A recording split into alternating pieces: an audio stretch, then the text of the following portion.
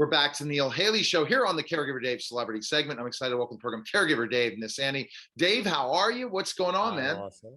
Hey, just wondering another beautiful day in Los Angeles. What can I say? Yes, exactly. And it's a beautiful day everywhere in the world, especially with Facebook being back, Dave. I don't know what I could do without it. I was on Clubhouse.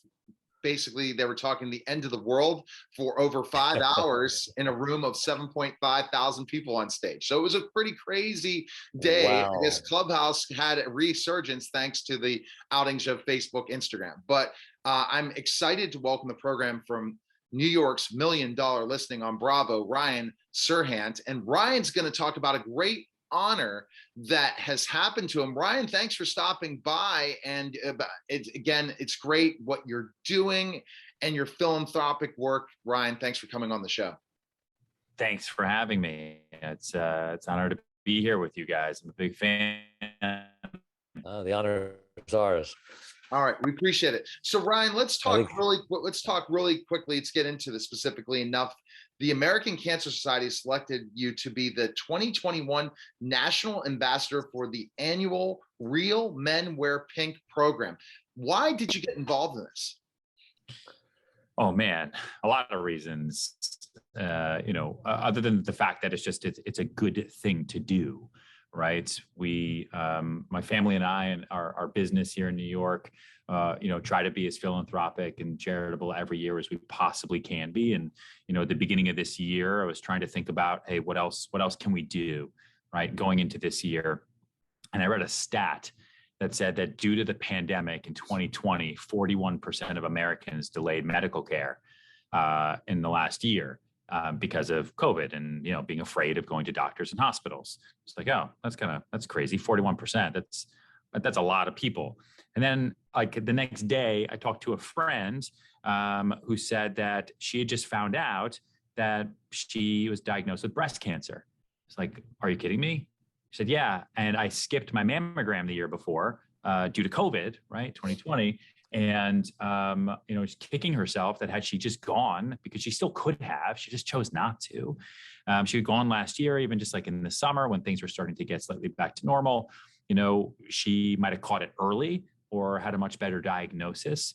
And then I looked at my daughter, who's 2.5 years old, my first baby. And I looked at my wife and I looked at some research and saw that 1 in 8 women will be diagnosed with breast cancer in her lifetime.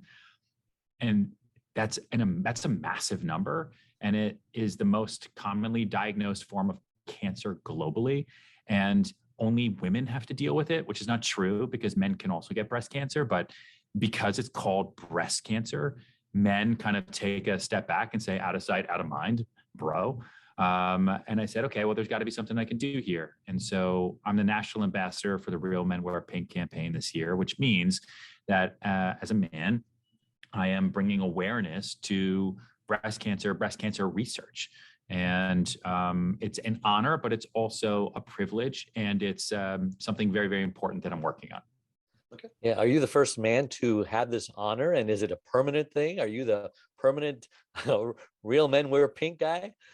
No, I'm not the permanent Real Men Wear Pink guy. There are others, and there's been others every year.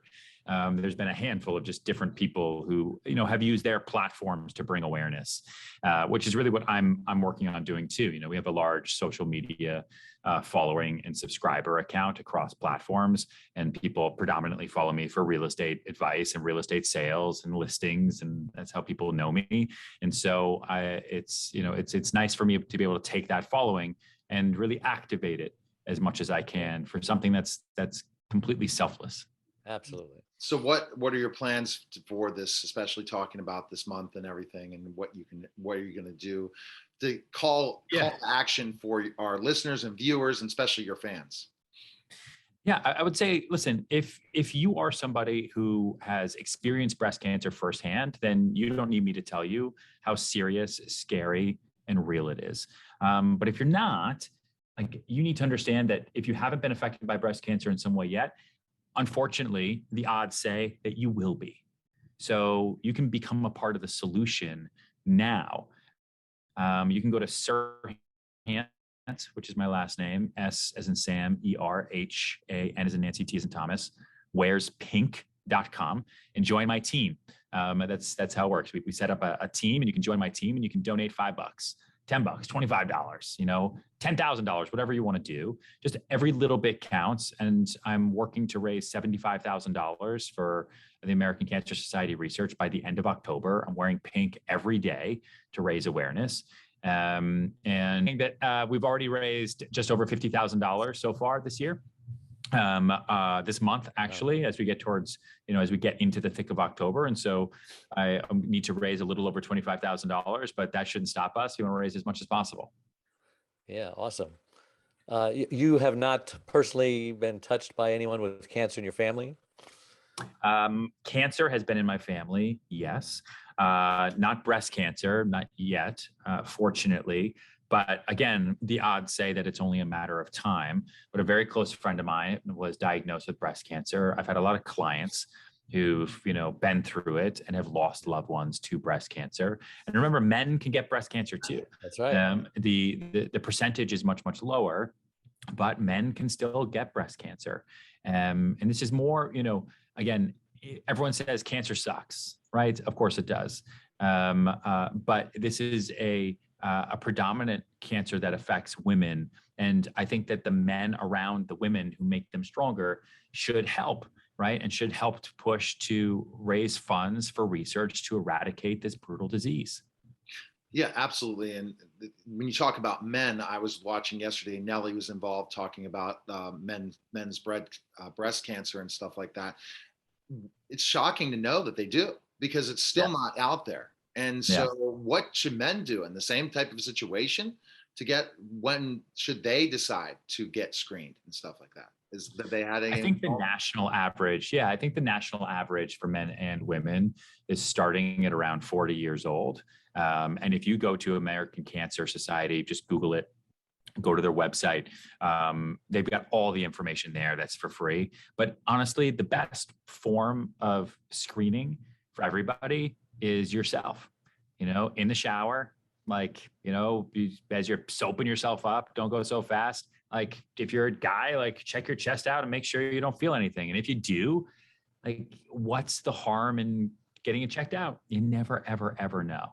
And there's so many countless brutal stories of men and women saying that they felt something, but it wasn't a big deal. It wasn't like they were in pain. It wasn't like they stopped breathing.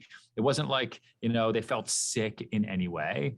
And they thought, oh, maybe it's just like a deposit. Who knows? I'm getting older. And before they knew it, it had really metastasized into something much bigger. And had they just gone and gotten this little lump checked out, they could have caught it much, much earlier. So that's why that first stat that I mentioned really affected me when I realized that because of the pandemic, 41% of Americans didn't seek their annual medical treatment last year. Do not be afraid of going to the doctor if you feel like there might be an issue. What's the worst case scenario, right? It could be really, really bad. What's the best case scenario? That the doctor tells you there's no issue and you go home? Okay, great. What did you really do? Half an hour? Maybe 45 minutes? Maybe listen to a podcast on your way there or back. Listen to Neil. You'll live. Okay, that's the goal, right? To keep you alive and to keep your friends and family alive. What was your first reaction when you found out that you were going to have this honor bestowed upon you? And what was the most shocking statistic, because there's many of them, that you learned from doing all this? I would say, well, for one, I was just really happy. I was super excited because I know how to market, right? I'm a professional marketer. I'm a salesman all day, every day, and instead of giving, the national ambassadorship to just another celebrity who knows what they'll do with it. We really know how to use our platform because it's how we sell real estate. I sold an $11 million apartment 2 days ago through Instagram in an hour. So we know how to raise money and we know how to sell things, and using the platforms that we have now. But I think the stat, that really really got my attention the most, and I don't even think it's a stat. There was this amazing woman that I met who is a breast cancer survivor who works at American Cancer Society, and she came to our office, and she said that she noticed her first lump when she was 13 years old. Oh my. But wasn't officially diagnosed until she was 30 years old, which is still incredibly young. But when she said that, 13, I immediately thought like, okay, that's my baby daughter in 10 years. Sure. That's insane. Like, that's crazy. And that's a really, really scary thought. And it just kind of immediately like lit every fire underneath me, really, really, really hot. And I wanted to just push as much as I could. Wow, Instagram. Yesterday, I bet you did not meet your sales quota with it down. Yeah, no, we did. We still did okay. But yes, Instagram, Facebook, everything was down, totally insane. But I bet the guys that started TikTok were like jumping up and down for joy, huh? Like they were totally fine. And as I talked about the jump on Clubhouse first and other people going other places. But I think that everyone had that withdrawal for 5 hours and they all jumped back on. And I had that withdrawal checking my Facebook every hour and Instagram. And I'm like, oh, it's not on. What's happening? So for you that lives on, that's an important platform, and other real estate people and real estate brokers out there need to learn from Ryan because he's the beast. If he can sell $11 million property off of Instagram in 1 hour, that's a good rate of return for using the time in Instagram. All right, so Dave has a caregiving question, and maybe he can point that towards more even in the way that he is really caregiving. Go ahead, Dave. I'm just an entrepreneur owning 6 gas stations, a bunch of rental properties. When 25 years into my marriage to my beautiful wife, she had this headache for 3 days, turned into a stroke. She lost her speech, became paralyzed one side. And for the next couple of years, it was pretty rough. The grief process almost broke up, but we hung in there. And I, like you, saw an opportunity to become Dave, the caregiver's caregiver. Now I help other caregivers stay alive. I found out a shocking statistic: 30% of them die before their loved ones do. My philosophy is, if you're not a caregiver now, just wait. You're either going to become one or you're going to need one. Sure. How has caregiving touched your life? Or do you fear that caregiving will eventually, maybe your parents or your grandparents are in that age bracket? Yeah, that's tough. So for one, I'm sorry you had to go through that. It's really, really, really hard. And that is a crazy stat that 30% of caregivers actually pass before the person that they're caring after. That's nuts. That just kind of shows you what the work of being a caregiver and like the stress on the heart will do to somebody. But I think everybody needs an outpost, right? Everyone needs that outlet and a group to count on. And so I really commend you for what you're doing. I fortunately to this day have not had to be a caregiver for somebody. My grandmother is currently in a nursing home in Wisconsin, but she's surrounded by great people and seems to have a better time there every day than she did when she was living at home. She's like back in school. She's got Sounds like a good one. Yeah. She recently, she's 95 now. Oh, God bless her. A guy who she dated before he went off to World War, I think it was World War, no, I don't remember. Before he went off to war anyway, I think it was Vietnam. They dated and then she never saw him ever again. After that, he went to Vietnam. They re-met and rekindled when he came to this nursing home in Wisconsin at like 92 years old. Wow. Because of Facebook? No, just because like they were, both from Wisconsin, they went their own separate ways and now they're back and they recognized each other and, catching up on life. Wow. Sounds like a great movie. It's like, so what have you been up to? Walk me through the last 60 years. Oh, wow. So that's a great story. But you are a caregiver if you are in touch with her. So remember, caregiving doesn't have to be just physical. Yeah. It could be that FaceTime call. That could be that phone call, picking up and calling a loved one. That's careggiving as well. So Brian, support is so important. You're the best caregiver when it's caring for people, especially with breast cancer awareness month. So where can we find information, Ryan? Best place right now to get involved. Go. Where can we go? Serhantwearspink.com. Serhantwearspink.com.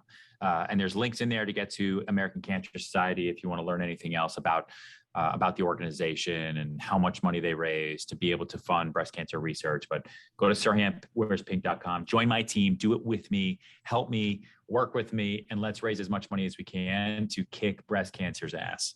All right. We appreciate it, Ryan. Thanks for stopping by. That was the Caregiver Dave celebrity segment. Take care, guys.